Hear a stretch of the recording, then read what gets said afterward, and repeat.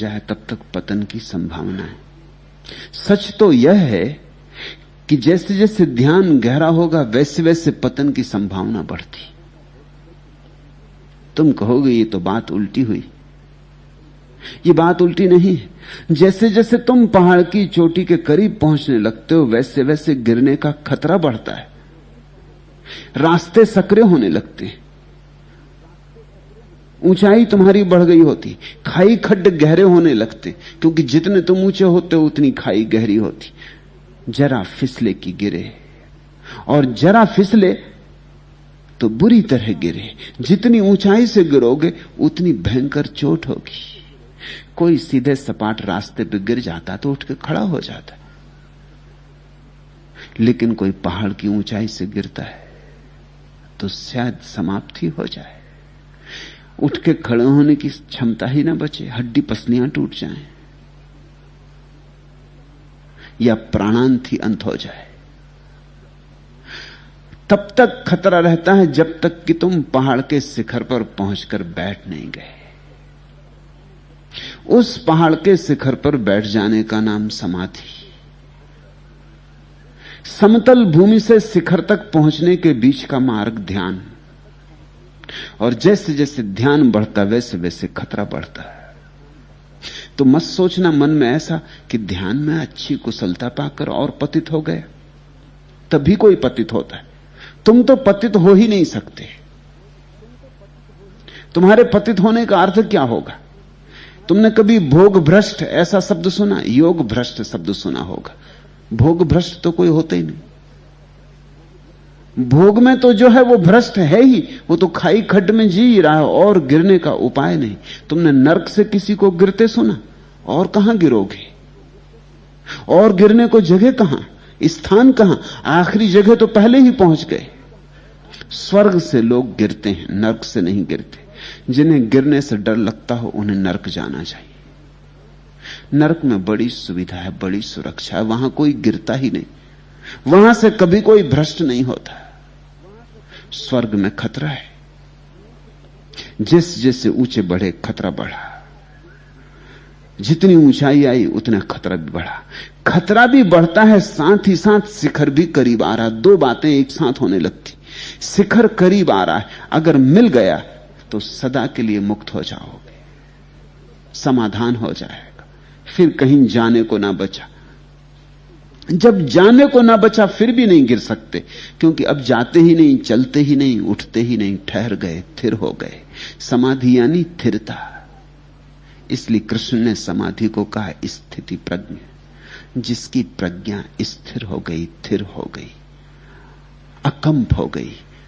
जब अकंप हो गए, चलते ही नहीं, तो फिर गिरोगे नहीं। ध्यान में गति है, समाधि में गति का अंत है। पहुंच गए मंजिल पर। ध्यान यात्रा है, भटकने का उपाय है, और जैसे जैसे ध्यान की ऊंचाई बढ़ती वैसे वैसे भटकने का, गिरने का ज्यादा से ज्यादा सावधानी की जरूरत पड़ती है। फिर एक कारण से और भी गिरने का खतरा बढ़ता है। अगर बाहर की ही बात होती कि खाई खड्ड बड़े हो गए तो थोड़े संभल के चलने से चल जाता, लेकिन भीतर भी एक खतरा है, क्योंकि तुम्हारी वासनाएं इसके पहले की समाधि मिल जाए तुम पर आखिरी हमला करेंगी। कोई भी जल्दी हार नहीं जाना चाहता। जब तुम ध्यान के शुरू कदम उठाते हो तो वासना बहुत चिंता नहीं लेती, कोई खतरा नहीं है। लेकिन जब तुम शिखर के करीब पहुंचने लगते हो तो वासना को साफ होने लगता है कि अब मेरी मौत करीब आई, 2-4 कदम और कि मैं मरी। इस आदमी का पहुंचना और मेरा मरना एक ही है। तृष्णा का मरना और तुम्हारा पहुंचना एक ही है। तृष्णा मरे तो तुम पहुंचो, तुम मरे तो तृष्णा, तुम पहुंचे तो तृष्णा मरी। तो तृष्णा आखिरी जोर मारेगी। इसलिए तुम कहानियां पढ़ते हो ऋषि मुनियों की कि नग्न अप्सराएं उनके आसपास नाचने लगी। ये अप्सराएं कहां से आती हैं? स्वर्ग से नहीं आती। उर्वशियां स्वर्ग में नहीं बसती, उर्वशियां तुम्हारे उर में बसती हैं, इसलिए उनका नाम उर्वशी है। वो तुम्हारे हृदय में बसी, वो तुम्हारी ही काम वासना से उठती, वो तुम्हारी ही तृष्णा का आखिरी हमला है। तृष्णा आखिरी चेष्टा कर रही है, आखिरी जाल फेंक रही है। इसके पहले कि पराजय हो जाए पूरा जोर मारती।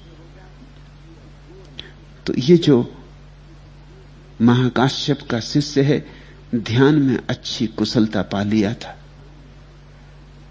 फिर एक स्त्री के सौंदर्य को देखकर चीवर छोड़कर ग्रस्त हो गया। त्याग कर दिया उसने भिक्षु वेश का, सन्यास त्याग दिया और ग्रस्त हो गया। भूला ध्यान, भूला मार्ग, तृष्णा जीती, वह हारा। तृष्णा जीती, चेतना हारी। बड़े घर का बेटा था, कुलीन घर का बेटा था, समृद्ध घर का बेटा था, तो कभी कुछ कमाया तो था नहीं, कमाना जानता नहीं था। फिर हो गया था भिक्षु, सो कमाने का प्रश्न ही ना बचा था। ध्यान रखना, अगर राजा का बेटा साम्राज्य खो दे तो सिवाय भिखारी होने के और कोई उपाय नहीं रह जाता, या चोर हो जाए, दो ही उपाय बचते। सम्राट के बेटे ने कभी कुछ किया तो था नहीं जो कर सके। सम्राट ही हो सकता था, एक ही कला जानता था सिंहासन पर बैठने की। अब सिंहासन गया तो अब दो ही विकल्प बचते हैं, या तो भिखारी हो जाए या चोर हो जाए। और जिसमें थोड़ा भी सम्मान है वो भिखारी होने की बजाय चोर होना पसंद करेगा। ये युवक जब घर आया तो उसके परिवार ने इसे महापतन मान के उसे घर से निकाल दिया। वे दिन बड़े अद्भुत थे। अब दुनिया बदली, अब तो तुम संन्यास्त हो जाओ तो घर के लोग समझेंगे महापतन हो गए। वे दिन और थे। संन्यास्त कोई होता था तो घर के लोग सौभाग्य मानते थे। चलो एक व्यक्ति तो संन्यास्त हुआ घर में, एक दिया तो जला, एक फूल तो खिला। लोग सम्मानित होते थे। और जब कभी कोई सन्यास से भ्रष्ट होता था तो घर के लोगों की पीड़ा का अंत नहीं रह जाता था। घर के लोगों ने इसे महापतन मान के उसे घर से निकाल दिया।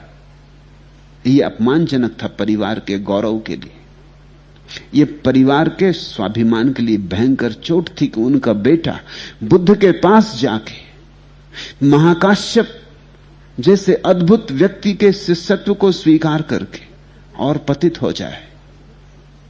यह उनकी चेतना धारा पर बड़ा लांछन था। उन्होंने बेटे को निकाल बाहर कर दिया। वह और कुछ तो जानता नहीं था, सो चोरी करके जीवन यापन करने लगा। ध्यान रहे, एक भूल हो तो उसके पीछे 1000 भूलें आती। इस दुनिया में न तो गुण अकेले आते, न दुर्गुण अकेले आते। एक गुण जीवन में आए तो उसके पीछे कतार बंधे हुए और गुण आ जाते, और एक दुर्गुण जीवन में आए तो उसके पीछे कतार बंधे हुए और दुर्गुण आ जाते। इसलिए बहुत सोच सोच के चुनाव करना, क्योंकि जब तुम एक का चुनाव करते हो तब तुमने एक का चुनाव नहीं किया, उसके साथ अनजाने अनेक का चुनाव कर लिया, जिनका तुम्हें पता भी नहीं, जो कतार बांधे पंक्तिबद्ध पीछे खड़े। जिस आदमी ने एक झूठ बोला उसे 1000 झूठ बोलने पड़ेंगे। एक झूठ बोलते वक्त ठीक से समझ लेना कि तुम हजारों झूठ बोलने का निर्णय ले रहे हो, सिर्फ एक झूठ बोलने का निर्णय नहीं। अक्सर मन कहता है जरा सा झूठ है, बोल देने से क्या बनता है, एक दफा बोले खत्म हुई बात। फिर गंगा स्नान कराएंगे, या मंदिर दान दे देंगे, या ब्राह्मणों को बुला के भोजन करवा देंगे, या यज्ञ हवन करवा लेंगे, कुछ कर लेंगे इसका प्रतिकार, पश्चाताप। जरा सा झूठ है, इसके पीछे क्यों झंझट में पड़ना। जब भी कोई बोलता है जरा सा झूठ बोलता है, लेकिन जरा सा झूठ और बड़े झूठ को लाता, और बड़ा झूठ और बड़े झूठ को लाता, सिलसिला शुरू हो जाता। तुम एक झूठ बोलो, तुम पाओगे कि तुम्हें अनंत झूठ बोलने पड़ रहे हैं, क्योंकि एक झूठ की रक्षा के लिए उससे बड़ा झूठ बोलना पड़ता है, नहीं तो उसकी रक्षा कैसे होगी। एक छोटा सा सत्य बोलो और तुम पाओगे उसके साथ गुणों की श्रृंखला आती। एक सत्य दूसरे सत्य को बोलने में समर्थ बनाता है। सत्य बोलो, प्रामाणिकता, निष्ठा, ईमानदारी, आस्था चुपचाप तुम में पैदा होने लगती। एक सत्य का आघात तुम्हारे भीतर न मालूम कितनी सुगंधियों को बिखेर जाता है, और ऐसा ही असत्य का आघात दुर्गंधों को बिखेर जाता है। इस युवक ने सुंदर स्त्री को चुनते समय सोचा भी ना होगा कि चोरी करनी पड़ेगी। कौन सोचता है? चोरी करते वक्त सोचा भी ना होगा कि प्राणदंड मिलेगा। कौन सोचता है? ऐसे ही तो आदमी बेहोश चल रहा है। इसी का नाम बेहोशी है। जब मैं तुमसे कहता हूं होश, तो मतलब समझ लेना, जो भी तुम करो बहुत होश से, सोच के, विचार के, ध्यानपूर्वक करना, क्योंकि प्रत्येक कदम किसी दिशा में तुम्हें अग्रसर कर रहा है। कहीं ऐसा ना हो कि तुम जाल में उलझते चले जाओ। ऐसे ही बहुत उलझ गए हो, ऐसे ही जन्म जन्म उलझ गए, ऐसे ही सारा यात्रा पथ कांटों से भर गया है। अब थोड़ा फूंक फूंक के चलो। अंततः चोरी करते वह रंगे हाथों पकड़ा गया। और ध्यान रखना, 99 दफा धोखा दे दो, 100वीं बार पकड़े ही जाओगे। मन यह भी कहता है कि अगर कुशलता से धोखा दिया तो कौन पकड़ेगा, कैसे पकड़ेगा। लेकिन चाहे कितनी ही देर लगे, चोरी पकड़ ही जाएगी। देर अबेर हो सकती, अंधेर नहीं हो सकता। जीवन का शाश्वत नियम है। और ऐसा ही पुण्य के संबंध में समझना। आज पुण्य का फल ना मिले, कल पुण्य का फल ना मिले, कितनी ही देर हो जाए, लेकिन फल मिलता है। आज नहीं कल, कल नहीं परसों, परसों नहीं और आगे, मगर एक ना एक दिन तुमने जो बीज बोए हैं उनकी फसल पकती, और जो तुमने बोया है वही तुम्हें काटना पड़ता है। जैसा बोया है वैसा ही काटना पड़ता है। जहर बोया तो जहर काटना पड़ता है, अमृत बोया तो अमृत। नीम को पानी देते रहोगे तो कड़वे फल हाथ लगेंगे, आम को पानी दोगे तो मीठे फल हाथ लगेंगे। ये सीधा सा गणित है, लेकिन इस गणित को भी हम समझ नहीं पाते, क्योंकि देर अबेर लगती। आज चोरी की और 10 साल बाद पकड़े जाओगे, भूल ही चुकोगे तब तक कि चोरी की थी। दोनों में संबंध जोड़ना मुश्किल हो जाएगा। तुम्हें पता है, अफ्रीका में ऐसी आदिम जातियां हैं अभी भी जिनको इस सदी के आने तक इस बात का पता नहीं था कि बच्चे संभोग से पैदा होते, क्योंकि 9 महीने का वक्त निकल जाता। उनके पास समय को नापने का कोई माध्यम नहीं। उनको पता ही नहीं था कि बच्चे संभोग से पैदा होते। फिर हर संभोग से बच्चा पैदा होता भी नहीं। फिर बच्चा तो आज प्रवेश करेगा गर्भ में, पैदा तो 9 महीने बाद होगा। 9 महीने का हिसाब, 9 महीने बाद तो बात ही भूल गई। वे आदिम जातियां ऐसा ही मानती रही हैं सदियों से कि परमात्मा की देन है बच्चा, इसका संभोग से कुछ लेना देना नहीं। जब पहली दफा उन्हें यह कहा गया तो उन्हें भरोसा ही ना आया, उन्हें बड़ी कठिनाई हुई। ऐसी ही हमारी जीवन दशा है। तुमने कभी कोई काम किया था, 10 साल बीत गए, तुम भूल भाल चुके, और बुरे काम हम जल्दी भूल जाते। बुरे काम कौन याद रखना चाहता है?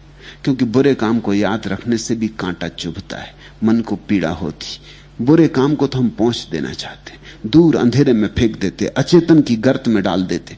तो हर आदमी ने अपने मन के नीचे गहरे में तलघरा बना रखा है, वहां हम फेंकते जाते। जो भी हमें नहीं जसता कि करना था, नहीं करना था, ठीक नहीं हुआ, हो गया किसी तरह, उसे हम उस तलघरे में डालते जाते। उस तलघरे में सब तरह के सांप बिच्छू, सब तरह के जहर इकट्ठे होते रहते। एक ना एक दिन वे निकलेंगे, एक ना एक दिन उठेगा धुआं, एक ना एक दिन तुम्हारे बैठक खाने में धुआं भरेगा। तब तुम बड़े हैरान होगे ये कहां से आता है। जब तुम्हें दुख झेलने पड़ते हैं, तुम सोचते भी नहीं कि तुमने कभी बीज बोए थे इनके। कर्म के सिद्धांत का बस इतना ही अर्थ है कि जो तुमने पाया है आज, वो कभी किया था, और जो तुम आज कर रहे हो कभी पाओगे। चोरी करते वह युवक रंगे हाथ पकड़ा गया। राजा ने उसे प्राणदंड की आज्ञा दी। जिस समय जल्लाद उसे मारने को ले जा रहे थे, उस समय भिक्षाटन के लिए जाते हुए महाकाश्यप स्थिविर ने देखा। बुद्ध की ऐसी व्यवस्था थी, उनके हजारों सन्यासी थे, स्वभाव था, इसके अतिरिक्त और कोई उपाय न था कि प्रत्येक नया युवक, नया सन्यासी, नया दीक्षित किसी पुराने दीक्षित सन्यासी का शिष्य बन जाता था। बुद्ध दीक्षा देते थे, लेकिन उसे सौंप देते थे किसी को। यह युवक महाकाश्यप को सौंपा गया था। बुद्ध ने जब इसे महाकाश्यप को सौंपा था, इसका अर्थ ही साफ है कि इसमें बड़ी संभावना देखी होगी ध्यान की। महाकाश्यप सबसे बड़े ध्यानी शिष्य थे बुद्ध के, इसलिए तो ज़ेन संप्रदाय का जन्म उनसे हुआ। ज़ेन ध्यान शब्द का ही रूपांतरण है। ध्यान है संस्कृत, पाली में ध्यान हो जाता झान। जब झान चीन पहुंचा तो हो गया चान, और जब चीन से जापान पहुंचा तो हो गया ज़ेन। मगर ध्यान का ही रूपांतरण है। सबसे बड़े ध्यानी शिष्य थे महाकाश्यप। अलग अलग शिष्य थे, अलग अलग गुणवत्ताएं थी। महाकाश्यप की गुणवत्ता एक थी कि उनका ध्यान अद्भुत था, उनका ध्यान निर्मलतम था, उनका ध्यान शुद्धतम था। वो पारस पत्थर थे, जो उनके पास आ जाता सोना हो जाता, ध्यानी हो जाता। जब बुद्ध ने इस युवक को महाकाश्यप को सौंपा था कि संभालो इसे, इसी में सूचना है इस युवक की बड़ी संभावनाएं थी। यह समाधिस्थ हो सकता था, तभी बुद्ध ने सौंपा था। और शायद तीव्रता से बढ़ा होगा ध्यान में, गति से गया होगा। जो गति से जाता उसके गिरने की संभावना भी ज्यादा होती। जो धीरे धीरे जाता है वो संभल संभल के जाता है, एक एक कदम धीरे धीरे मजबूत करके जाता है। जो धीरे धीरे जाता है उसके गिरने की संभावना कम होती, देर से पहुंचता है। जो जल्दी जाता है वो जल्दी पहुंच सकता है, लेकिन बहुत खतरा यह है कि वो जल्दी ही गिर भी जाए। जिस समय जल्लाद उसे मारने ले जा रहे थे, महाकाश्यप भिक्षा मांगने निकले थे। महाकाश्यप ने देखा जल्लाद उसे जंजीरों में बांधे वध स्थल की तरफ ले जा रहे। वह तो उन्हें भूल ही चुका था। वह भूलता नहीं तो चूकता ही क्यों? जिसको एक साधारण सी स्त्री में ज्यादा सौंदर्य दिखाई पड़ा महाकाश्यप की बजाय, वो उसी क्षण भूल गया, वो उसी क्षण चूक गया। कहां महाकाश्यप का सौंदर्य? सदियों से लोग जिन्होंने ध्यान साधा है महाकाश्यप की याद करते। आज तो बीते 2500 साल हो गए, लेकिन अब भी चीन में, जापान में, थाईलैंड में, बर्मा में, जहां जहां बौद्धों की अभी भी परंपरा जीवित है, लोग पूछते हैं महाकाश्यप के संबंध में। अब भी विचार करते, अब भी पूछते हैं महाकाश्यप को बुद्ध ने क्या दिया था। 2500 साल में भी ये प्रश्न अभी जीवंत है कि महाकाश्यप को जो फूल दिया था उसमें क्या दिया था, महाकाश्यप को क्या दिया था बिना शब्दों के। जो किसी को नहीं दिया वो महाकाश्यप को दिया था। तो उसका अर्थ हुआ असली चीज महाकाश्यप को मिली। औरों के हाथ शब्द लगे, सिद्धांत लगे, ज्ञान लगा, महाकाश्यप के हाथ ध्यान लगा। और ध्यान तो आखिरी संपदा है। क्या दिया था महाकाश्यप को? महाकाश्यप उज्ज्वलतम शिष्य हैं बुद्ध के। महाकाश्यप दूसरे बुद्ध हैं बुद्ध की परंपरा में। और इस युवक को महाकाश्यप में सौंदर्य न दिखाई पड़ा और एक स्त्री में सौंदर्य दिखाई पड़ा। मूल कथा में जो बात कही है वो मैंने छोड़ दी। कल किसी ने पूछा था कि आप मूल कथा में से कभी कभी कुछ छोड़ देते, कभी कुछ जोड़ देते। कारण से ऐसा करता हूं। मूल कथा में तो कहा है किसी स्त्री के गुह स्थान को देखकर, मैंने उसे छोड़ दिया, वो अभद्र मालूम होता है।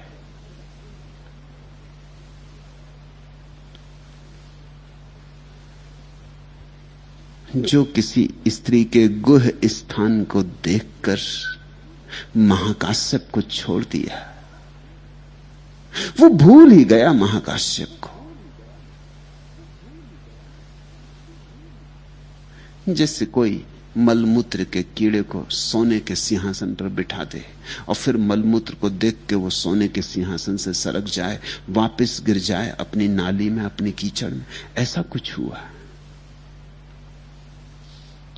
वो भूल ही चुका था। शिष्य भूल सकता है लेकिन गुरु नहीं भूल सकता। जन्मों जन्मों के बाद भी गुरु पहचान लेगा। जीसस ने कहा है, जन्मों जन्मों के बाद भी मैं तुम्हें पहचान लूंगा। उस आखिरी दिन भी मैं तुम्हें पहचान लूंगा जिस दिन परमात्मा के सामने निर्णय होगा। जो मेरे हैं उन्हें मैं पहचान लूंगा। ठीक कहा है। शिष्य भूल सकता है, शिष्य की स्मृति कितनी। गुरु कैसे भूल सकता है? गुरु की स्मृति पूर्ण हो गई है। शिष्य पर तो जो खींचता है वो पानी पर खींची लकीर जैसा, अभी बना अभी गया, बना भी नहीं और गया। एक कान से गया दूसरे कान से निकल गया। गुरु तो जैसे हीरे पर खींची गई लकीर है। वह तो उन्हें भूल ही चुका था। महाकाश्यप को आते देख के उसे कुछ दिखाई ही ना पड़ा। वो तो अपनी जंजीरों में बंधा, अपनी भव तृष्णा से परेशान, सोचता जा रहा होगा कि अब फांसी लगने वाली है, कैसे बचूं, क्या करूं, कैसे भाग जाऊं, रुष्वत खिलाऊं, या कि मरना ही पड़ेगा। वो तो हजार चिंताओं में घिरा होगा। उसके आसपास तो बहुत बादल रहे होंगे, उसका सूरज तो बिल्कुल ढका रहा होगा। उसे कहां फिक्र कि कौन रास्ते पे गुजरा। तुम भी समझो तुम्हें फांसी लग रही हो तो तुम रास्ते पे देख पाओगे कि कौन गुजरा, किसने जयराम जी की। कुछ नहीं दिखाई पड़ेगा। कोई तुम्हें कह दे कि तुम्हारे घर में आग लगी, फिर तुम भागोगे दुकान से, फिर रास्ते में कौन मिला कौन नहीं मिला तुम फिर फिक्र ना करोगे। याद भी ना आएगी। दूसरे दिन अगर कोई पूछे कि कल कहां भागे जाते थे, मैंने जयराम जी की, तो आपने उत्तर भी ना दिया। तुम कहोगे छोड़ो भी भाई, घर में आग लगी थी, जयराम जी का उत्तर देने के लिए वहां था कौन? मैं तो, मेरी प्राण तो घर में पहुंच चुके थे, देह ही थी, मुझे कुछ दिखाई नहीं पड़ा। ये तो भिक्षु, पतित भिक्षु फांसी के लिए लिया जा रहा है।